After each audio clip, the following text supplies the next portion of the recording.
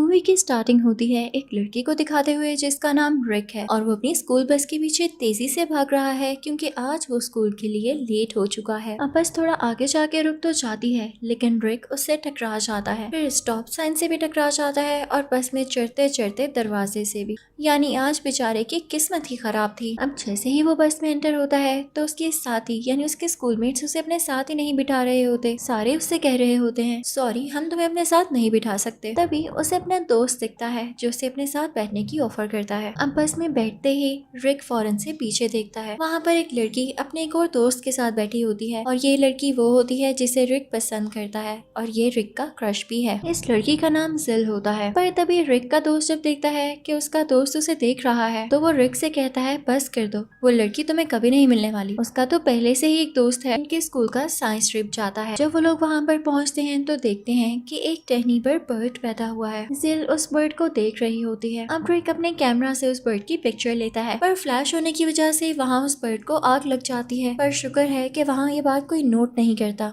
अब जला हुआ बर्ड जब नीचे गिरता है तो रिक उसे अपने पाँव से बुझाने लग जाता है, यानी उसकी आग को बुझाने लग जाता है। तो इसी चक्कर में उसका जूता जिल के फ्रेंड को जाकर लगता है तो वो गुस्से में आकर रिक से कहता है कि तुम्हारी हिम्मत कैसे हुई, तुमने मुझे मारा। तो उनके बीच में जिल आ जाती है और उनकी लड़ाई को रोकती है। और तभी वहाँ पर किसी साइंटिफिक प्लेस का सीईओ भी आ जाता है जो उसके कंधे पर हाथ रखते हुए कहता है कि अपनी लड़ाई को खत्म करो। सारे बच्चे आगे जा रहे होते हैं तो रिक नोटिस करता है कि सीईओ की कुछ तबीयत खराब सी हो रही है, उन्हें कफिंग हो रही है और साथ ही साथ उनकी खांसी में खून भी आ रहा है। तो उनसे पूछता है कि क्या आपकी तबीयत ठीक है। तो वो आगे से कहते हैं हाँ बेटा ये तबीयत ठीक ही है, ये खून आना कोई बड़ी बात नहीं। अब यहाँ पर वो सीईओ रिक से भी पूछता है कि बेटा आपके मामा पापा कैसे हैं। तो रिक आगे से बताता है कि वो तो नहीं है। उसके बाद सारे स्टूडेंट्स आगे बढ़ने लगते हैं। अब वो किसी ऐसे ग्लास चैम्बर के पास पहुंचते हैं जिसके अंदर बहुत सारे ड्रैगन फ्लाइज हैं, लेकिन उसमें से एक ड्रैगन फ्लाई उड़ता हुआ रिक का पीछा करने लगता है और उसे गर्दन पर काट लेता है। जब रिक अपने घर पहुंचता है तो हमें पता चलता है कि वो अपने ओल्ड अंकल और आंट के साथ रहता है। अब यहाँ पर उसे चलने में भी प्रॉब्लम हो रही और ऐसे लग रहा था जैसे उसकी बॉडी में हल्की हल्की स्वेलिंग भी हो रही हो। उसके अंकल उससे कहते हैं कि बेटा मछलियों को खाना डाल दो। और अब जैसे ही रिक एक्वेरियम खोलता है तो उसे वॉमिटिंग होने लगती है और वो उसके अंदर ही वॉमिट कर देता है और फिर अपने कमरे में आकर बैठ जाता है। अब उसके अंकल भी उसके पीछे पीछे आते हैं। वो आकर रिक को बताने लगते हैं कि तुम बड़े हो रहे हो तो मूड स्विंग्स आना नॉर्मल बात है। पर यहाँ पर रिक बेड पर गिर जाता है और गहरी नींद सो जाता है। उधर हम उसी सीईओ को देखते हैं जो बाकी सारे लोगों को अपनी इन्वेंशंस दिखा रहा होता है और अब वो एक इलेक्ट्रिकल चेयर पर बैठ जाता है जिस पर बैठने के बाद उसे कुछ इलेक्ट्रिकल शॉक्स लगने लगते हैं। अब उसके पास एक आदमी खड़ा होता है जिसका वो हाथ पकड़ लेता है। तो उसका हाथ पकड़ने के बाद उस आदमी की सोल इस सीईओ में आ जाती है। सोल नहीं, एक तरह की जिंदगी,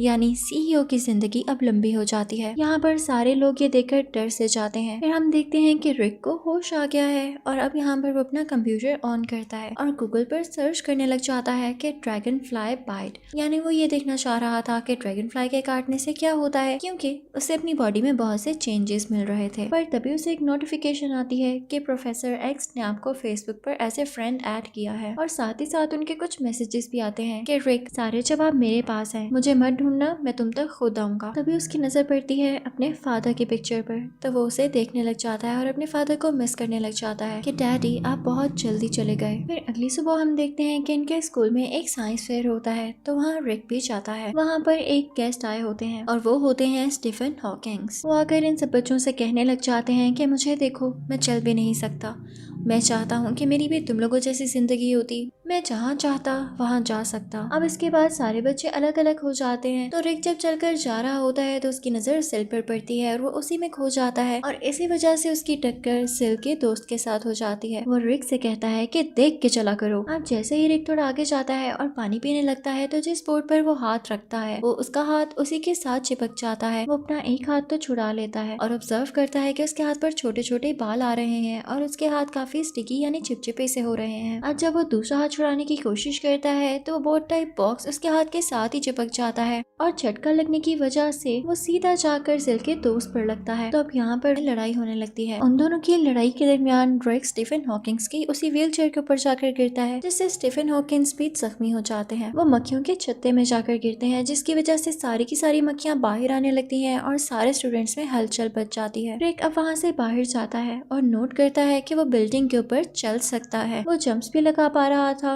उसके हाथ भी स्टिकी हो गए थे और उसकी बॉडी भी काफी फ्लेक्सिबल हो चुकी थी। उसे ऐसे लग रहा था जैसे वो कोई स्पाइडरमैन बन गया हो। तभी वो वहाँ से देखता है कि रोड पर एक ट्रक काफी तेजी से आ रहा है और उस ट्रक के सामने एक बूढ़ी औरत और उसका डॉग है। तो रिक यहाँ पर उनकी मदद करने चाहता है और फौरन से वहाँ जाके उस बूढ़ी औरत और उसके डॉग को धक्का दे देता है और ट्रक भी यहाँ पर रुक जाता है। अब सारे लोग आकर उसको हैरान होकर देखने लगते हैं। रिक समझता है कि शायद वो मेरी तारीफ कर रहे हैं या मुझे अप्रिशिएट कर रहे हैं, पर जब वो दूसरी तरफ देखता है तो वो बूढ़ी औरत किसी डंपर में फंसी होती है और उसका डॉग भी बेचारा नीचे खड़ा होता है। वो डॉग भी लटक रहा होता है। अब इसके बाद रिक अपने घर जाता है। जैसे वो घर के अंदर एंटर होता है तो देखता है कि उसके अंकल और उसका दोस्त वहाँ खड़े हुए हैं। उसके अंकल उसकी तरफ एक कील फेंकते हैं जिसे रिक काफी आसानी से कैच कर लेता है। तभी उसके अंकल उसे देख के कहते हैं कि रिक, मुझे तुम बदले बदले लग रहे हो। और रिक भी अपने अंकल की हर बात का काफी क्विकली जवाब दे रहा होता है। एक्सपेरिमेंट करने के लिए वो रिक पर अटैक करते हैं। वो एक नाइफ उठाते हैं और उसे मारते हैं, पर वो चाकू मुड़ जाता है और रिक को कुछ भी नहीं होता। यहाँ पर उन दोनों को पता चल जाता है कि रिक के पास कोई सुपर पावर्स हैं। रिक नोट करता है कि साथ वाले घर से काफी अजीब आवाजें आ रही हैं, यानी वो जिस घर के पास खड़ा हुआ है, और ये घर है उसकी दोस्त जिल का। अब वहाँ से जिल अपने घर से बाहर आती है क्योंकि उसे उसके दोस्त ने लेने आना था, लेकिन जाते जाते वो रिक से ये भी कह जाती है कि मैं तुम्हारे साथ भी ड्राइव पर जाना चाहूंगी। तो रिक बेचारा मासूमियत से अपनी साइकिल की तरफ देखता है कि मैं अपनी साइकिल पर इसे ड्राइव पर कैसे लेकर जाऊंगा, और तभी उसकी वो छोटी सी साइकिल पे गिर जाती है और टूट जाती है। यानी रिक को अब जिल से मिलने की कोई उम्मीद नहीं थी, यानी उसे ड्राइव पर ले जाने के लिए उसके पास कोई और सोर्स नहीं था। अब रिक घर आता है और उसे उसी प्रोफेसर एक्स की वीडियो कॉल आती है। तभी वीडियो कॉल खराब होने लगती है और वहाँ पर एक पॉपअप नोटिफिकेशन आती है जो किसी बैंक का ऐड होता है कि अगर आप गाड़ी के लिए लोन लेना चाहते हैं तो हम आपको लोन देंगे। अब ये देखकर रिक काफी खुश हो जाता है और सुबह अपने अंकल और आंट के साथ लोन लेने बैंक जाता है। पर तभी वहाँ पर रोबर्स आकर बैंक को लूटने लग जाते हैं और जब रिक बाहर जाकर देखता है तो वहाँ पर भीड़ लगी होती है। उस भीड़ के अंदर कोई छोटा सा बंदर होता है जो अपने करतब दिखा रहा होता है, लेकिन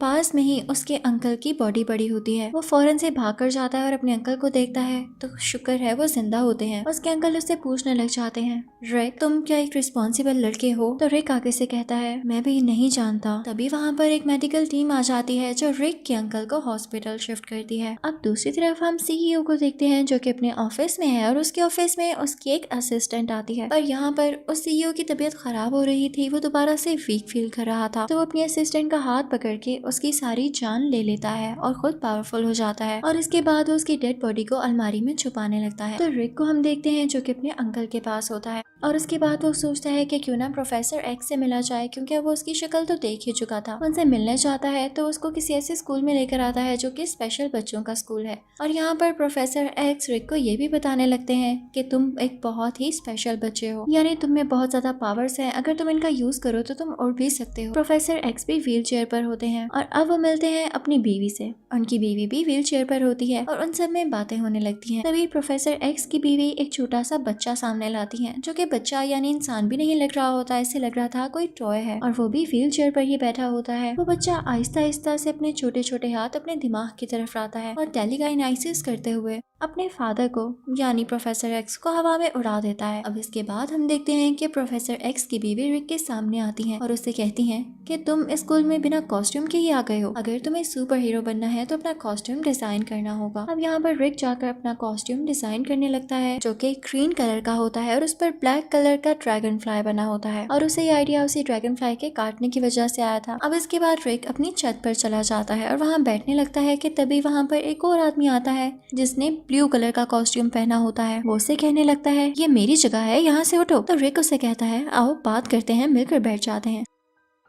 अगली सुबह किसी ऑफिस में रिक एक जॉब इंटरव्यू के लिए गया है। वो उसे अपनी उसी कॉस्ट्यूम में पिक्चर्स दिखाने लगता है, लेकिन वहाँ का बॉस उससे कुछ ज्यादा इम्प्रेस नहीं होता। अब तभी वहाँ पर एक आदमी आता है जो बताता है कि जिस यूनिवर्सिटी में ये सारे स्टूडेंट्स पढ़ते हैं, यानी वो आदमी सिर्फ इतना कहता है कि यूनिवर्सिटी के बाहर पुलिस आ रखी है और तभी वहाँ से रिक गायब हो जाता है। जहाँ पर ये सारे बच्चे पढ़ते हैं वहाँ पर वही सीईओ आया होता है जिसने ब्लैक और रेड कलर का कॉस्ट्यूम पहना होता है और उसके बाजू पर एक कंटेनर लगा होता है और अब वो यहाँ पर जवान रूहों का यानी यूथ का ब्लड लेने आया था और ऐसा सीरम जिससे वो जवान रह सके। और तभी यहाँ पर रिक भी उसी ड्रैगन फ्लाई के कॉस्ट्यूम में पहुंच जाता है और अब उनमें लड़ाई होने लगती है। जिल भी ये सब कुछ देख रही होती है। अब आहिस्ता आहिस्ता उनकी लड़ाई इतनी ज्यादा बढ़ने लगती है कि वही सीईओ यानी जो ब्लैक और रेड कॉस्ट्यूम में है उसकी तरफ ब्लेड्स फेंकता है, लेकिन लकीली उसका कॉस्ट्यूम इतना मजबूत होता है कि रिक जख्मी नहीं होता, उसकी जान खतरे से बाहर होती है। उसके बाद लड़ाई खत्म हो जाती है क्योंकि सीईओ वहाँ से छुपकर चला जाता है। फिर रात को हम देखते हैं कि सिल एक थिएटर से बाहर आ रही है तो रिक उसका पीछा करते करते उसके पास आता है और उससे बात करने की कोशिश करता है। सिल यहाँ पर मूवी का ऑडिशन देने आई थी। अब रिक उसे फ्लावर्स देता है और उसे उसका हाल पूछता है तो सिल आगे से उससे कहती है कि बस हाल पूछोगे, मुझे लगा था तुम कोई और बात भी करना चाहते हो। पर रिक क्योंकि यहाँ पर बहुत ज्यादा शर्मा रहा होता है तो आगे से कुछ भी नहीं कहता और तभी सिल वहाँ से चली जाती है। और इनफैक्ट उसे ये भी नहीं पता होता कि ड्रैगन फ्लाई वाली कॉस्ट्यूम वाला आदमी है कौन, पर उसे वो ड्रैगन फ्लाई कॉस्ट्यूम वाला मैन बहुत अच्छा लग रहा होता है। वो उससे काफी इम्प्रेस्ड होती है। थोड़ा आगे जाते ही उसके पीछे कुछ बुरे लोग पड़ जाते हैं और रिक जैसे ही पीछे से ये देखता है तो वो दोबारा से अपने उसे ड्रैगन फ्लाई वाले रूप में आ जाता है और उन बुरे लोगों से लड़ते हुए सिल की जान बचाता है। और यहाँ पर भी सिल उसे बहुत प्यार वाली लुक करवाती है कि जैसे वो उसका शुक्रिया कह रही हो। अब उधर हम उसी सीईओ को अपने घर में रिसर्च करता हुआ देखते हैं। उसे पता चलता है कि इमॉर्टल होने के लिए उसे 47,000 लोगों की जान लेनी होगी, यानी उनकी पावर अपनी बॉडी में लाना होगी, उसके बाद वो मर नहीं सकेगा। और अब सीईओ इस पर काम करने लग जाता है। उधर हम रिक को देखते हैं, उसने जिल को अपने घर पार्टी में इनवाइट किया होता है। अब जैसे ही जिल यहाँ पर आती है तो उसके रिक की आंट के साथ काफी अच्छी दोस्ती हो जाती है और वो उनको बताने लग जाती है कि मुझे ड्रैगन फ्लाई वाले मैन से, यानी उस आदमी से जिसने ड्रैगन फ्लाई का कॉस्ट्यूम पहन रखा है, काफी अटैचमेंट सी फील होने लगी है। ऐसे लगता है जैसे मैं उसे पसंद करने लगी हूँ। लेकिन तभी वहाँ पर जिल का दोस्त और उसके वही अंकल आ जाते हैं जो कि सीईओ है। अब उधर हम ऊपर रिक के कमरे में देखते हैं कि रिक बाहर से अंदर आया है। उसने वही ड्रैगन फ्लाई वाला कॉस्ट्यूम पहन रखा है। इससे पहले कि वो अपना कॉस्ट्यूम चेंज करता, वहाँ पर वही सीईओ आ जाता है जो कि उसी को देखने आया था, क्योंकि उसे शक होता है कि ये ड्रैगन फ्लाई मैन यही रिक है। पर यहाँ पर रिक यानी यही ड्रैगन फ्लाई मैन फौरन से ऊपर अपनी छत पर छुप जाता है, यानी कमरे की छत पर। सीईओ जब उधर देखता है तो वो किसी ड्रॉयर में छुप जाता है। अब वो सीईओ जैसे जैसे उसको ढूंढने की कोशिश कर रहा होता है तो रिक वैसे वैसे उसको ट्रैक कर रहा होता है और फाइनली सीईओ थक हार कर नीचे चला जाता है। और तभी एंट्री होती है रिक की, जो कि कपड़े बदलकर अब दरवाजे से अंदर आ रहा है। यहाँ पर वो सीईओ नोटिस करता है कि रिक के हाथ पर और होंठ पर जख्म के निशान है, तो उसे पूछने लग जाता है कि भाई तुम कहाँ से आ रहे हो। तो रिक उसे कहता है कि मैं किसी लड़के से लड़ कर आ रहा हूँ। तो यहाँ पर सीईओ को शक होने लग जाता है कि शायद यही ही ड्रैगन फ्लाई है, पर रिक उसकी कोई बात का जवाब नहीं देता और उसे इग्नोर करता है। इसके बाद हम देखते हैं कि सिल का फ्रेंड वहाँ से चला जाता है और अब सिल और रिक अकेले होते हैं और ड्रैगन फ्लाई के बारे में ही बातें करने लग जाते हैं। पर जैसे ही लोग बातें कर रहे होते हैं तभी वहाँ पर वो सीईओ अपना ब्लैक और रेड कॉस्ट्यूम पहन कर आ जाता है और इस कॉस्ट्यूम के साथ इसका नाम है आवर ग्लास। वो इन पर अटैक करने की कोशिश करता है और कहता है कि मुझे कई हजार लोगों की जान लेनी है। अब वो आगे आने की कोशिश करता है लेकिन रिक उस पर अटैक करने वाला होता है कि तभी स्लिप होकर खुद ही नीचे गिर जाता है। अब इसके बाद आवर ग्लास रिक की आंट के पास जाता है और उनकी जान भी निकाल लेता है। अब यहाँ पर तो उनकी डेथ हो जाती है। तो अब उधर हम हॉस्पिटल में देखते हैं कि रिक के अंकल जो काफी बीमार थे उन्हें होश आ चुका था, पर डॉक्टर्स ने सख्ती से मना किया था कि इन्हें कोई बुरी खबर नहीं देनी। लेकिन फिर भी एक डॉक्टर आके उन्हें वहाँ पर बता देता है कि आपकी वाइफ मर चुकी है। और अब सुबह उनका फ्यूनरल होता है जिसमें उनके हस्बैंड यानी रिक के अंकल भी शामिल होते हैं और एक ताबूत में चले जाते हैं ताकि वो अपनी बीवी के साथ ही रहें। पर उन्हें नहीं पता था कि ये ताबूत उनकी बीवी का नहीं है, बल्कि उनकी बीवी वाला ताबूत तो भी आ रहा था। और जैसे कुछ लोग उस ताबूत को लेकर आ रहे थे तो स्लिप होने की वजह से उस ताबूत का कैप खुल जाता है, यानी उसका डोर खुल जाता है और उनकी वाइफ नीचे गिर जाती है। जहाँ पर उसकी वाइफ गिरी थी वहाँ पर आग लगी हुई थी तो वो आग में जल जाती है। कुछ टाइम गुजर चुका है, रिक काफी ज्यादा डिप्रेस्ड है। वो घर में अकेला बैठा हुआ है। उसने अपना घर काफी गंदा किया हुआ है और अब तो उसकी दाढ़ी भी आ चुकी है। तभी हम देखते हैं कि उसके अंकल और रिक के दोस्त उसके घर आते हैं। अब यहाँ पे रिक के अंकल उसे रिंग देते हैं और उसे कहते हैं कि जो कुछ इस रिंग पर लिखा है तुम्हें वो करना होगा, तुम्हें उसके मुताबिक जीना होगा।